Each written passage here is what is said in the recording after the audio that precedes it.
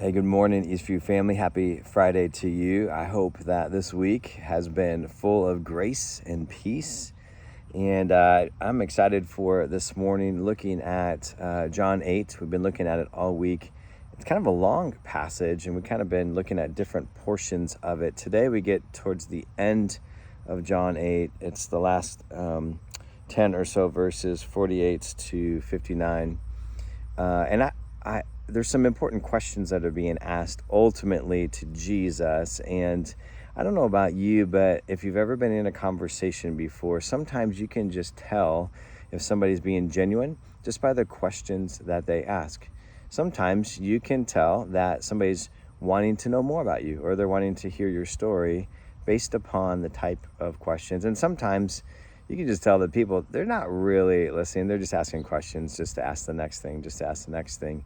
I encourage you to go back to this passage today and reread the questions that are being asked of Jesus, because those that are asking of the Jews, the religious leaders, they're not really interested in hearing the true answers that Jesus is giving them. They're wanting to bait him. And so check out this question here. Are we not right in saying that you are a Samaritan and a demon? That's a leading question, right? Here's the next question.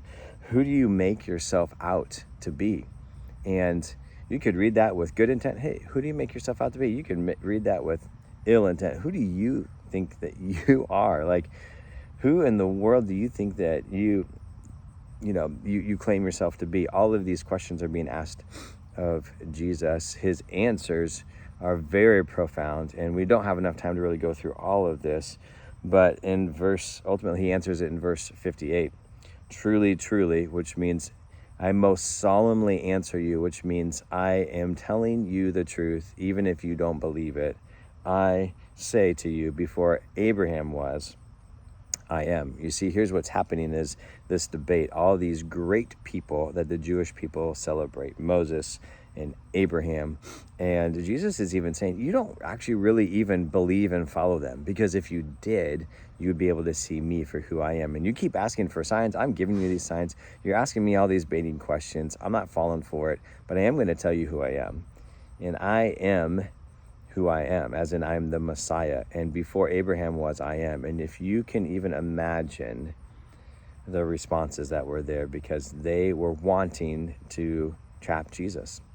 And it says that they picked up stones to throw at him, but he hid himself because his time hadn't come yet. And there's something for us today. We're constantly being asked questions about who Jesus really is. And it's not just about the life that we live, although that's really important. But there comes a point in which we need to give an answer. And if we don't have that answer, if we can't give that answer, then maybe we're not truly listening to who Jesus is saying that he is. And so, gosh, there's so much to say today. This passage is so rich. And even just talking about believing in the Father, because the Father sent me. Jesus doesn't have to prove anything because the Father proves it for him.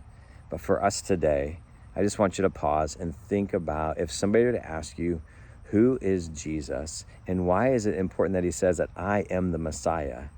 What's your answer for that today? What's so significant about being able to answer, is Jesus the Messiah? Guys, thanks so much for joining. I hope that you have a great day in the Lord. Until next time.